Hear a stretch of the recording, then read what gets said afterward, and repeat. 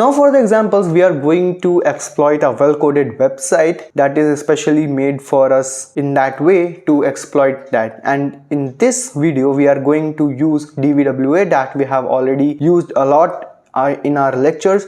So let's log in here with admin and admin username and password, and don't save it. And here we have to navigate to XSS Reflected, and here what we can do is it is asking us what's your name. So let's type our name as hello, and if we submit it, it says hello hello. That means it has some pre-written code that says hello and then your name. Now let's test with some name. Let's type here Purav, and if we submit here, it says hello Purav. So let's see how we can bypass these filters, and for this section we are going to use it. For this video we are going to use it at security level low and the medium, not at highest level, because in the highest level it tells us how actually a highest security level website looks like. So it is not vulnerable, only low and the medium level are vulnerable. So let's type our script here. So how we can type script here, right? These arrows, type script in here.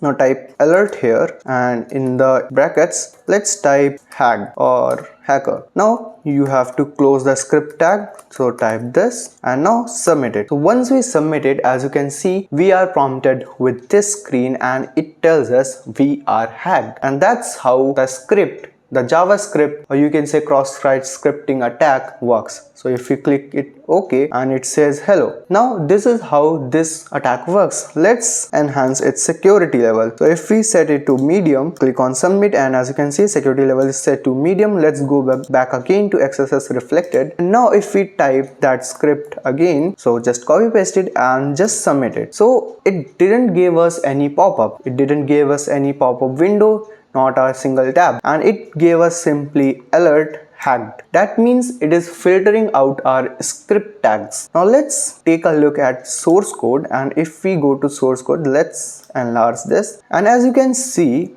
it is replacing this script tag with inverted commas and names. That means it is filtering out. So what we can do is, it only filtered our script in the lowercase. So if we can type script in the uppercase, let's try this. We have typed script in the uppercase and now change this one as well. And if we now submit it, again we have got the similar pop-up window that this website is hacked. And if we click on OK, you can see only hello is there. And that's how cross-site scripting attack works, and that's how we can bypass filters.